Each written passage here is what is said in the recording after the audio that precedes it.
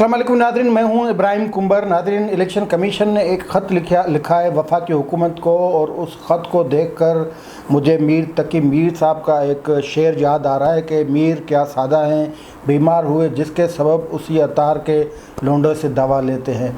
तो election commission कितना सादा है कि जिसकी हिदायत पे इंतखाबी कवानीन बने उसी को गोश गुजार करने के लिए एक ख़त लिख डाला है। उस ख़त की तफसील हम बताएंगे, लेकिन अपोजिशन की तरफ से जो मुआहदे से मुकर जाने का ऐलान किया गया है वफाकी हुकूमत की तरफ से, उस पर जो रद्द-ए-अमल आया है उसका भी आपको आज की वीडियो में उसका अहवाल बताएंगे। वो प्रेस कॉन्फ्रेंस एहसन इकबाल साहब ने की है, जिसमें बाबर अवान की जो प्रेस कॉन्फ्रेंस थी गुज़िश्ता दिन वाली, उसका उन्होंने जवाब दिया है, और वो सख्त किस्म का जवाब है। लेकिन अहम इशू ये है कि इलेक्शन इंतखाबी इस्लाहत के हवाले से जो नया बिल उजरतबाजी में हुकूमत ने मंजूर करवाया 10 जून को कौमी असम्बली से, उस बिल के हवाले से इलेक्शन कमीशन ने अपने खदशात का इज़हार कर दिया, और उस खदशात को एक ख़त की शक्ल में पार्लियामेंटी वजारत को भेज दिया है, और उसे ये कहा गया है कि ये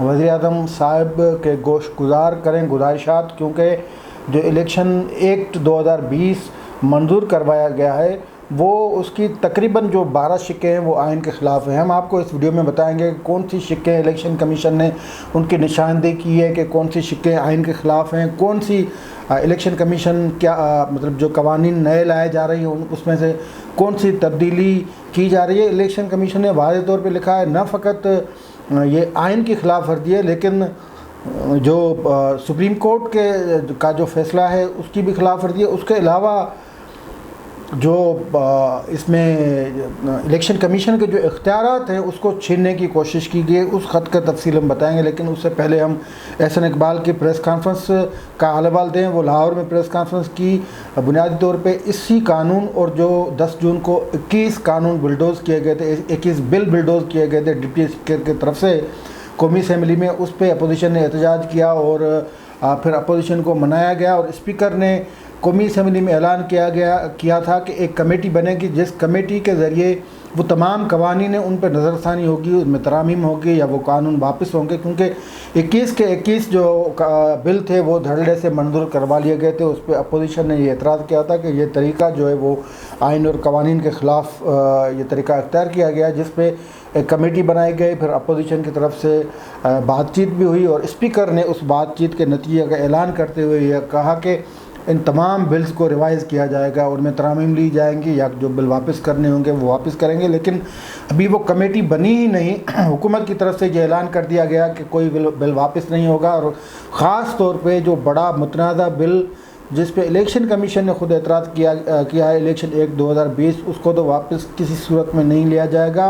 और उनमें जो दो अहम बातें हैं, ई वोटिंग और इलेक्ट्रॉनिक मशीन, और समंदर पार पाकिस्तानी के लिए जो वोटिंग की सहूलत है उस पर कोई समझौता नहीं किया जाएगा। ये बाबर अवान की प्रेस कॉन्फ्रेंस थी। आज उस पर कौमी असम्बली में कोई रद्द-ए-अमल नहीं आया, लेकिन प्रेस कॉन्फ्रेंस के ज़रिए अपोजिशन के अहम रहनुमा एहसन इकबाल ने ये रद्द-ए-अमल दिया है, और उन्होंने कहा कि हुकूमत ने जो स्पीकर के ज़रिए मुआहदा किया था और मुआहदे का ऐलान कौमी असम्बली में किया गया था, और उसके हवाले से ये कहा गया था कि जो जितने बिल हैं, बल्कि एहसन इकबाल ने कहा कि जो जाली कानून साजी की गई है उस हवाले से हमें ये यकीन दहानी करवाई गई थी कि एक कमेटी बनेगी और उस कमेटी में ये सारा मामला रिव्यू होगा। लेकिन बाबर अवान ने प्रेस कॉन्फ्रेंस करके कौमी असम्बली और स्पीकर की तौहीन की, और हकीकी बात यह है कि अगर कमिटमेंट स्पीकर की थी अपोजिशन से, तो अपोजिशन से वो कमिटमेंट स्पीकर को निभानी चाहिए, और उसमें उजलतबाजी करके बाबर अवान जो है वो बीच में कूद पड़े। बाबर अवान भी किसी की हिदायत पे होंगे, और लाजमी बात है कि वो वज़ीर-ए-आज़म के एडवाइज़र हैं, तो उनसे उन्होंने जो हिदायत ली होगी। तो बहरहाल एहसन इकबाल का कहना है कि ये जो मुआहदा हुआ था हुकूमत और अपोजिशन के बीच में, वो उस असम्बली में वो पढ़ा गया और मुआहदे की खिलाफ वर्जी की गई है। उसके बाद एहसन इकबाल का ये कहना है कि इसके बाद ये लगता है कि पहले भी हमें इल्म था कि हुकूमत पर एतबार नहीं करना चाहिए, लेकिन अब लगता है कि हुकूमत का एक नहीं 10 चेहरे हैं, और जब उनके दुम पे पाँव आता है तो फिर वो हमारे पाँव पड़ जाते हैं, और बाद में वो जो काम निकाल के वो यू टर्न ले लेते हैं, वो अपनी बात से मुकर जाते हैं। उन्होंने कहा कि हुकूमत की किसी बात पे एतमाद नहीं किया जा सकता, वो बड़ी डटाइस है, इस कानून का दफा कर रहे हैं। और जिस कानून के हवाले से ये तय हुआ था कि उस पर कमेटी बनेगी, कमेटी में मामला तय होंगे, उस कमेटी को कमेटी वाली बात को सपोदात किया गया है। और उसके अलावा बाबर रहमान ने कह दिया है कि अब कोई बिल वापस नहीं होगा, तो हम इस पे शदीद एहतजाज करते हैं। ये तो एहसन इकबाल की वो जो रद्दमल था जो कानून साजी यानी इलेक्शन एक्ट के हवाले से था। और उसके अलावा इस एक्ट पे ये जो कौमी असम्बली से बिल मंजूर करवाया गया, उस पर इलेक्शन कमीशन ने एक इजलास किया था, उसमें अपना रद्दमल दिया। लेकिन बाकायदा तौर पे वज़ीर-ए-आज़म तक बात पहुंचाने के लिए एक लेटर लिखा गया है। और ये लेटर लिखा गया है पार्लियामानी वजारत के सेक्रेटरी को, इलेक्शन कमीशन को के सेक्रेटरी हैं डॉक्टर अख्तर नज़ीर। उन्होंने ये ख़त लिखा है और इस ख़त में वादे किया है कि ये जो नया कानून बनाया गया है, इसमें कितनी शिक्के हैं जो वो कानून आइन के ख़िलाफ़ हैं, उसके तफसील दिए गए हैं। और इलेक्शन कमीशन ने यह भी कहा है कि कौन सी शिक्के हैं जिसमें इलेक्शन कमीशन इस कानून के साथ है और उसको मजबूत बनाने के लिए हम अपना इनपुट भी देंगे। तो वज़ीर-ए-आज़म के हवाले से इस ख़त में कहा गया है कि आप ये मामला तमाम मामला जो हैं वो वज़ीर-ए-आज़म के आगे रखें, ताकि उनके ये गोशगुजार हो सके और इस बात का अज़ाला हो सके। जो मैंने मीर तकी मीर का जो शेर पढ़ा वो भी इस हवाले से था, क्योंकि ये सारे कवानीन जो बन रहे हैं उसमें हिदायत ही वज़ीर-ए-आज़म की है। तो वज़ीर-ए-आज़म के सामने ये जो गोशगुजार होंगी बातें, ये बात समझ में नहीं आती। बहरहाल इलेक्शन कमीशन ने कहा है कि हम अपनी जो गुजारिशात थी इलेक्शन कवानीन में तरामीम के हवाले से वो स्टैंडिंग कमेटी में ले गए थे, और हमने वो कमेटी पार्लियामेंट्री कमेटी के आगे यानी स्टैंडिंग कमेटी के आगे सामने तमाम बातें रखी। लेकिन 8 जून को स्टैंडिंग कमेटी बराए पार्लियामेंट्री वजारत उसने जब ये बिल मंजूर कर लिया, तो जो हमारी गुजारिशें थीं, जो हमारे नुकात थे, वो शामिल नहीं किए। यानी बुनियादी तौर पे काम इलेक्शन इंतखाबात का काम इलेक्शन कमीशन का है और इलेक्शन उनको मुनक़िद कराने हैं, शफाफ करवाने हैं। तो उनका इनपुट था वो नहीं लिया गया। हुकूमत ने अपने सारे के सारे जो उनके दिल में आता था वो ही शिक्कें जो उसमें डाल दी हैं तरमीम करवानी। तो इलेक्शन कमीशन का ये कहना है कि हमारा इनपुट नहीं लिया गया और कवानीन पहले कानून स्टैंडिंग कमेटी से मंजूर करवाया गया और फिर 10 जून को वही कानून जो है वो मंजूर कराया गया कौमी असम्बली से। इलेक्शन कमीशन का ये कहना है कि इस कानून में ये जो मंजूर करवाया गया है कानून, इसमें 57 शिक्कें हैं, उनमें से 35 शिक्कें ऐसी हैं जिसकी हम मुकम्मल हिमायत करते हैं, उसमें अपना मौक़िफ़ भी देंगे और उनको वसी पर्सपेक्ट में हम इंतखाबात को शफाफ बनाने के लिए हम आगे चलने को तैयार हैं।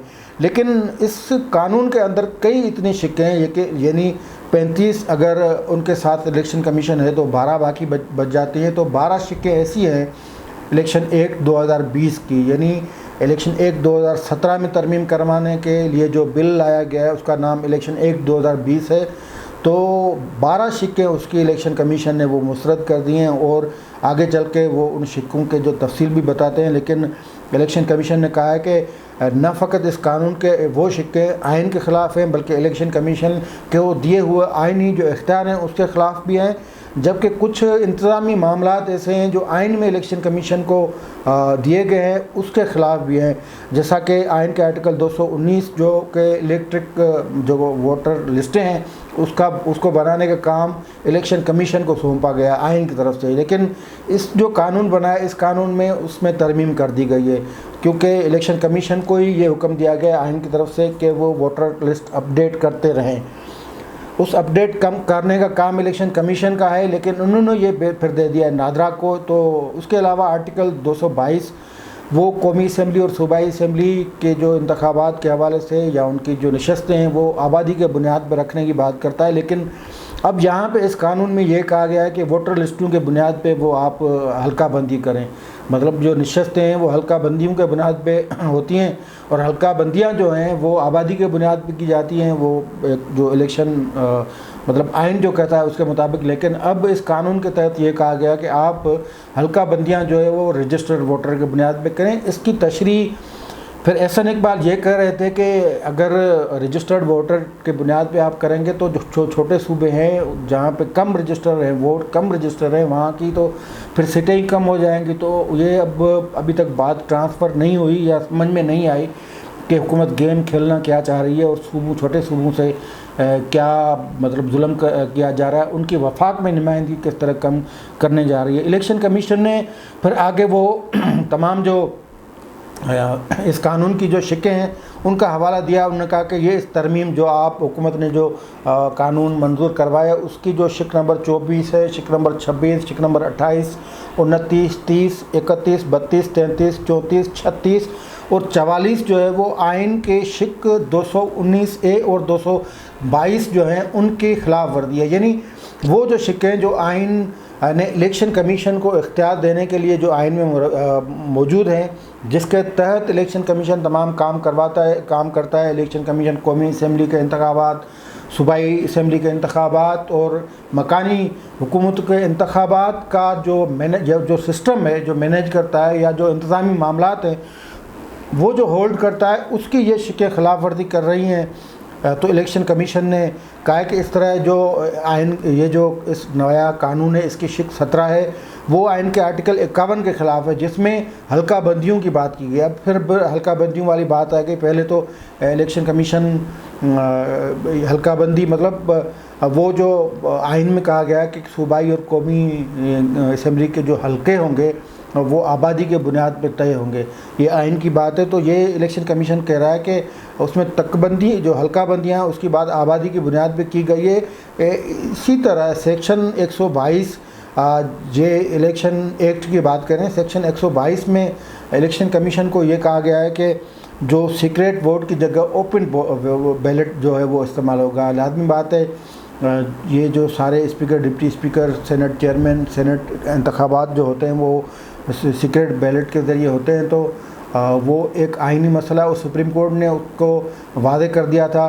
तो इलेक्शन कमीशन का कहना है कि ओपन बैलेट का जो आप जिक्र करें वो आइन के आर्टिकल 226 की खिलाफ वर्जी है और उसके साथ जो रेफरेंस नंबर 1/2020 था उसमें सुप्रीम कोर्ट उस हवाले से राय भी दे चुकी है। तो ये सुप्रीम कोर्ट की राय के भी खिलाफ वर्जी होगी जो आप कानून में तरमीम करना चाह रहे हैं। फिर आगे इलेक्शन कमीशन ये कह रहा है कि आप ये तमाम मामला यानी पार्लियामेंट्री वजारत जो है, पार्लियामेंट्री उमूर की जो वजारत है उसे ये कहा गया है कि आप तमाम मामला वज़ीर-ए-आज़म के इल्म में आएँ ताकि ये तमाम ये जो मुतनाज़ा कानून साजी हुई है उसका अज़ाला हो सके। तो वज़ीर-ए-आज़म के इल्म में तो ये तमाम बातें होंगी क्योंकि उनके ज़बरदस्त किस्म के एक्सपर्ट, कानूनी एक्सपर्ट्स हैं। बाबर अवान जो गैर मुंतखब एक एडवाइज़र हैं और पार्लियामेंट्री मामलात को संभालते हैं। अगर मुंतखब होते तो हो सकता है कि पार्लियामेंट की इस हवाले से इनपुट ली जाती, स्टैंडिंग कमेटी में इस हवाले से कोई ढंग से बातचीत भी हो जाती, लेकिन नहीं, उन्होंने इम्पोज़ करने हैं कानून और अपने मफाद में इस्तेमाल करने। ये इतनी ख़तरनाक प्रैक्टिस है कि अगर आप इलेक्शन कमीशन का काम किसी दूसरे इदारों को दे दें तो दूसरा इदारा वो लाजमी हुकूमत के मातहत होगा। इलेक्शन कमीशन एक आज़ाद खुद मुख्तियार इदारा है, यानी आइनी तौर पे है। अगर वो इख्तियारात इस्तेमाल नहीं कर रहा तो वो उनकी अपनी मजबूरियाँ होंगी। बहरहाल इलेक्शन कमीशन अब आज़ादी या खुद मुख्तियारी की तरफ बढ़ रहा है, इसीलिए उन्होंने 2-3 जगह पे स्टैंड भी लिया है।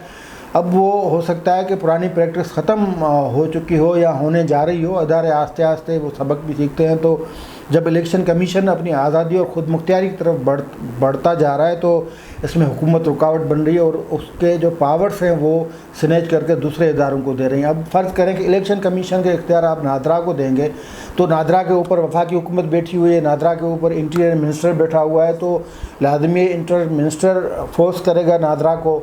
ये जो इलेक्ट्रॉनिक वोटर फहरिस्तों का जो मामला है जो कि इलेक्शन कमीशन का काम था वो नादरा को दे दिया गया। अब नादरा फ़र्ज़ करें कि नादरा इस कानून पे अमल दरामद होता है तो नादरा को तो जो इंटीरियर मिनिस्टर शेख रशीद कहेगा वही करेगा। इसी तरह इलेक्शन कमीशन के इदारे का इख्तियार दूसरे इदारे को आप देंगे तो उसका असर जो वो हुकूमती असर के नीचे वो हुकूमत काम करेगा इदारा। तो ये सारी सूरत-ए-हाल आज पार्लियामेंट्री वजारत को ख़त लिख कर भेज दिया गया और कहा गया कि वज़ीर-ए-आज़म के इल्म में बात लाएँ। लेकिन मैं ये समझता हूँ कि वज़ीर-ए-आज़म की हिदायत पे ये सारी मुतनाज़ा कानून साजी हुई है तो इसका नतीजा कोई नहीं निकलेगा। इसका नतीजा अगर निकलना है तो फिर अपोजिशन के एहतजाज और हिकमत अमली और इत्तफ़ाक़ राय से ही कोई निकल सकेगा, वरना ये तो इस ख़त का वो फिर चिट्ठी लिख देंगे जवाब में इलेक्शन कमीशन को और फिर एक और चिट्ठी जाएगी, फिर एक और चिट्ठी आएगी। इस तरह चिट्ठियों पे काम नहीं चलेगा। ये काम अगर संभाल सकती है तो अपोजिशन संभाल सकती है, और अपोजिशन उस सूरत में संभाल सकती है कि वो उनका इस पे इत्तफाक से एक ही मकसद हो, एक ही नज़रिया हो, यानी वो मुत्तफ़िक हों कि ये जो जिस तरह कानून जिस उजलतबाजी में लाया गया, मंजूर करवाया गया, इसको रिजेक्ट करवाना है और इसमें जितनी भी खामियां हैं और वो ख़त्म हो। दूसरी सूरत फिर इलेक्शन कमीशन के पास ये है कि वो सुप्रीम कोर्ट में चली जाए इस कानून के ख़िलाफ़। अगर इलेक्शन कमीशन सुप्रीम कोर्ट में जाती है तो लाजमी बात है जिस इदारे ने इंतखाबात कराने हैं सुप्रीम कोर्ट ने उसी इदारे की बात माननी है। मुस्तकबिल में देखते हैं कि इस हवाले से क्या होता है। आज के लिए इतना ही, दीजिए इजाज़त। अल्लाह हाफ़िज़।